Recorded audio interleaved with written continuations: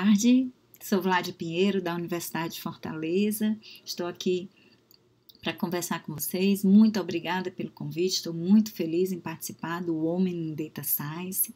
Meu objetivo aqui é instigar, animar as mulheres, todos vocês, para entrar nessa área que é tão apaixonante. E o tema que eu trouxe para essa conversa foi ciência de dados para a melhoria da vida nas cidades. Na Universidade de Fortaleza, eu atuo como docente e pesquisadora, com mais de 20 anos de experiência em projetos de pesquisa, desenvolvimento e inovação nas áreas de inteligência artificial, ciência de dados e cidades inteligentes. A Unifor, junto do seu parque tecnológico e da diretoria de pesquisa, desenvolvimento e inovação, tem um pool de laboratórios. Eu destaco aqui o Laboratório de Engenharia do Conhecimento, onde eu desenvolvo as minhas pesquisas especialmente em NLP, Natural Language Processing, processamento de linguagem natural. Temos o Laboratório de Inovação em Cidade, que atua fortemente junto a órgãos públicos, né, e empresas públicas e privadas, visando a melhoria de vida das cidades. E o Laboratório de Ciência de Dados e Inteligência Artificial. Para completar essa ambiência, nós temos um curso, né, um programa de pós-graduação com os cursos de mestrado e doutorado em informática aplicada, com uma linha específica para a ciência de dados e inteligência artificial, além das demais linhas, como visualização e interação, computação aplicada e redes e sistemas distribuídos, que são ortogonais à linha de ciência de dados. Eu trouxe 2 projetos ligados a 2 grandes problemas das cidades, que é o problema da mobilidade urbana e humana e o problema de segurança pública. O primeiro deles é sobre mobilidade. Nós desenvolvemos um projeto, né, junto, né, em parceria com a Enel e a Prefeitura de Fortaleza, este projeto foi financiado pela ANEEL, que visava prover, né, investigar como as cidades podem se preparar para o aumento da frota, né, de automóveis movidos à eletricidade. Há uma perspectiva de que até 2030, 16% da frota mundial seja de veículos elétricos, então as cidades brasileiras não podem ficar à parte disso. Então, nós desenvolvemos o projeto, né, com a motivação de identificar as principais linhas de ônibus para eletrificação, né, ou seja, que deveriam rodar, serem priorizadas para rodar com ônibus elétricos, e estimar também os melhores locais ou a infraestrutura necessária para postos de recarga de veículos elétricos, né? A motivação era uma lei municipal que prevê, né, uma lei de 2017 que prevê a redução de gases poluentes até 2030 em torno de 20%. Então, os ônibus, visto que os ônibus são o principal meio, né, de transporte da população da cidade de Fortaleza, que foi o nosso foco em termos de transporte público, então a gente teria que investigar essas linhas de ônibus. E também, né, o desafio de prover a infraestrutura de pontos de recarga. Os conjuntos de dados que nós usamos foi a posição GPS dos ônibus de 30 em 30 segundos, né, disponíveis para todas as linhas de ônibus em Fortaleza, a rota, né, dessas linhas com os pontos de parada e a bilhetagem para identificar fluxo, né, volume de pessoas em cada uma dessas linhas. Tivemos uma fase de preparação de dados, em que identificamos, né, os tempos e distâncias percorridas entre cada, né, percorridos, né, entre cada ponto de parada, entre os pontos de parada. Interpolamos esses dados, né, para uns delta-t, para uns intervalos de tempo fixos, para identificar em quais tempos, né, ao longo da rota eram percorridos com a menor distância, certo? Utilizamos para isso o indicador de Gini, que é um indicador, né, herdado da área de economia, que mede justamente a heterogeneidade dos elementos de um sistema. Com base nisso, identificamos, né, ao longo das horas de um dia, os horários com maior coeficiente de Gini, indicando os maiores horas do dia, no caso, perto de 8 horas e perto de 18 horas, em que os ônibus atrasavam mais, demoravam mais tempo para percorrer uma mesma distância que em outros horários levava menos tempo. Fizemos toda essa análise e um dos resultados do projeto foi justamente um ranking das linhas de ônibus que seriam priorizadas para eletrificação, né? Ou seja, rodar com ônibus elétricos. Por quê? A nossa premissa era de que uma linha de ônibus que apresentasse maior coeficiente de Gini era porque ela tinha uma maior heterogeneidade, né, entre distância e tempo ao longo da rota, indicando que ela acelerava, desacelerava, acelerava e desacelerava mais que as outras, né, em determinados horários, levando a atrasos por diversos motivos. E esse processo de aceleração e desaceleração gerava, obviamente, maior emissão de gases poluentes. Por isso, né, esta premissa indicava que estas linhas são as linhas de ônibus mais poluentes da cidade de Fortaleza. Por exemplo, a linha 41 é a linha Parangaba, Oliveira Paiva, Papicu, ela foi a linha com maior coeficiente de Gini, ou seja, com maior volume de atrasos, de processos de aceleração e desaceleração, por isso é mais poluente. E as demais, tá? Este modelo ele pode ser replicado, né, a qualquer tempo, para qualquer cidade, obviamente que disponha dos dados considerados no modelo, né, que é a posição dos ônibus, a bilhetagem e a malha, né, das rotas dos ônibus, certo? Um outro foco do projeto foi estudar pontos de recarga de veículos elétricos. Fortaleza implantou o primeiro sistema público de carros elétricos compartilhados do Brasil, é o Vamos Fortaleza. Já existem diversas estações para recarga desses veículos elétricos que são compartilhados, mas é preciso aumentar essa malha. Então, onde colocar?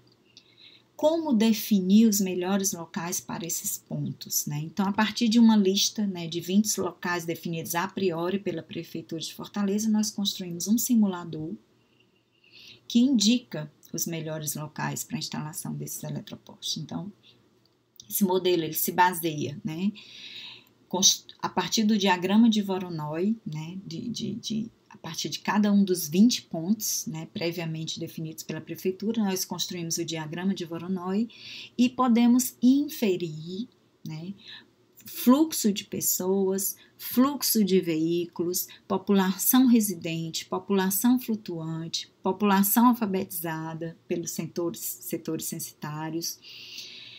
E daí, né, após essa análise de dados, gerar um ranking, né, dos melhores e piores locais para localização desses eletropostos.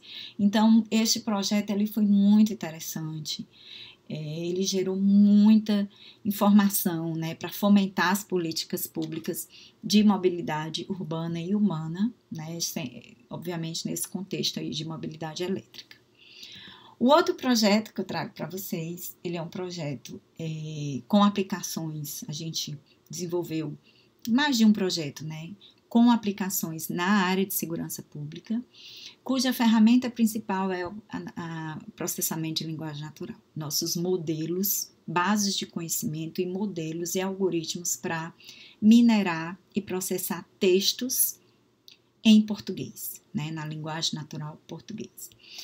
Nós usamos, a maioria dos nossos algoritmos desenvolvidos pelo nosso grupo, ele se baseia em modelos híbridos, né, que usam bases de conhecimento de senso comum, bases simbólicas e arquiteturas de aprendizagem neurais ou tradicionais da área de aprendizagem automática. Um dos frutos, um dos produtos é uma base, uma em língua inglesa e portuguesa, mas é mais interessante o que nós trazemos de inovação para textos em português.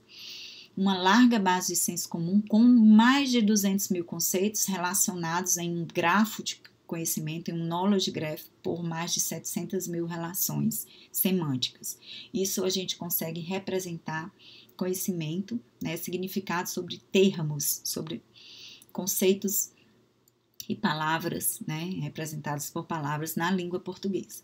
Nós usamos essa base de conhecimento e outros recursos linguísticos em nossos projetos. Por isso que ele é um importante produto, né, e serviu de base para diversas aplicações de NLP, de PLN para a segurança pública, para a área de segurança pública. Então, nós desenvolvemos um algoritmo de aprendizagem indutiva e dedutiva para a extração automática de informação que associa a um texto de entrada, usando, né, conhecimento expresso em bases externas.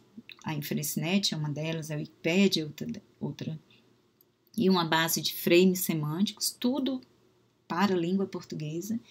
Um processo de aprendizagem indutiva e dedutiva que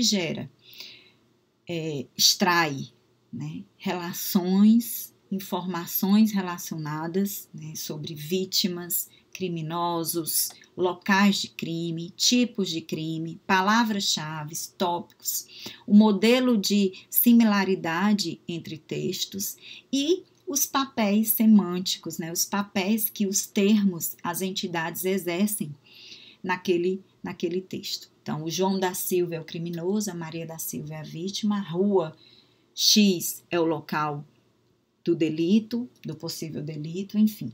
Você consegue anotar os textos com essas relações semânticas e extrair informações que vão subsidiar, né, fomentar diversas aplicações, como recuperação de informação, sistemas de recomendação, sistemas de classificação de textos, sumarização de textos. E nós temos aplicados esses algoritmos e essas bases em vários projetos. Eu trouxe aqui para destacar um projeto que foi premiado, né, em 2017, e a gente tem usado esses algoritmos já em outras áreas, que foi o Frame4, né? O Frame4 é uma base de conhecimento de frames semânticos aplicado à perícia forense, né? Um aluno de mestrado, ele trouxe esse problema da perícia forense do estado do Ceará, onde foi feita uma pesquisa, né, entre as perícias forenses, e 95% delas responderam que as informações extraídas de dispositivos móveis, ou seja, de celulares apreendidos em flagrantes, etc., em investigações de suspeitos de crimes, era a fonte mais importante de informação e não podiam ser desconsiderados. O problema é o volume, né? Um único dispositivo móvel pode ter milhares de linhas de mensagens instantâneas, por exemplo, de aplicativos como WhatsApp, Telegram, Facebook Message. É impossível, é humanamente impossível um homem conseguir ler milhares, né? Os peritos, né? Ser capaz de ler milhares de linhas. Não tem equipe, não é o custo-benefício não se justifica. Então, a partir desse problema, né, e de um cenário na época, aí eu trouxe aí essa mensagem, né, que foi pública de um jornal de 2016, no caso, né, sobre a venda de liminárias entre advogados e desembargadores. Elas aconteciam pelo WhatsApp e foi através da investigação, né, dessas mensagens que foi possível, né, chegar a alguns indícios, certo? E aí, a partir desse problema, nós investigamos, né, começamos o projeto, fizemos uma pesquisa com as perícias forenses, a maioria delas não usavam ferramentas avançadas, não usavam PLN, né, nas ferramentas, e nós observamos dois desafios, né, a incidência grande de erros gramaticais e o forte uso de deceptions, que são o uso de termos para mascarar, né, para enganar o que realmente estava querendo se passar na mensagem. Então, aqui nesse exemplo, o povo me chamando para fumar baqui só porque não fumo. Então, baqui aí é uma palavra substitutiva, né, provavelmente de uma droga. Fumei, né, maconha hoje. Então, assim, um erro, né, de ortografia. Esses eram os desafios, obviamente, pela linguagem mais popular que é usada nessas redes, né, desses aplicativos de mensagem instantânea.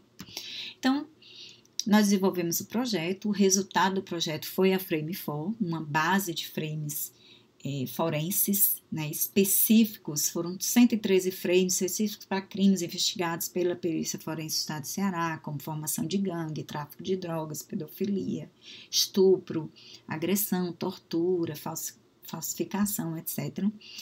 O uso da Frame4 em celulares da PFOS, né, da Perícia Forense do Estado de Ceará, resultou em 87% de cobertura, ou seja, uma alta taxa de cobertura, que é o mais requerido nesse tipo de aplicação, é não deixar nada de fora. E facilitar, otimizar o trabalho dos peritos. Então, assim, este artigo e esta ferramenta obteve o primeiro lugar no Congresso de NLP aqui do Brasil, de PLN aqui no Brasil. E foi assim um sucesso. Tanto que hoje nós estamos usando esse modelo, né, em outro projeto que iniciou em 2020, junto ao Ministério Público do Estado do Ceará, que também tem esse mesmo cenário, né, de apreensão de dispositivos móveis com um volume grande de dados textuais para serem minerados, e é impossível, né, que os investigadores, os procuradores do Ministério Público consigam dar conta desse volume. Então, aí é um outro exemplo aí do uso, trouxe, né, esses dois casos, um ligado à mobilidade urbana e outro ligado à segurança pública, um de dados estruturados e outro de dados textuais, para instigar vocês, para animar, né, e o quão é interessante, né, a área, os projetos que a gente desenvolve nessa área, pela interdisciplinariedade, por você aprender, né, coisas, assuntos, temas de outras áreas, lidar com mulheres, né, advogadas, juízas, mulheres que estão nas empresas públicas, né, nas áreas fins, e nós usamos a área através desses projetos, buscamos, né, fomentar essas pessoas, né, as políticas públicas, as políticas com informação, com conhecimento, sempre visando aí, nestes casos, a melhoria da vida das pessoas. Muito obrigada, né, eu deixo aí meus contatos, meu e-mail, vladiaceli@unifor.br. Obrigada pela atenção, espero ter instigado, gerado curiosidade, estou à disposição de vocês. Muito obrigada, foi um prazer enorme. Tchau.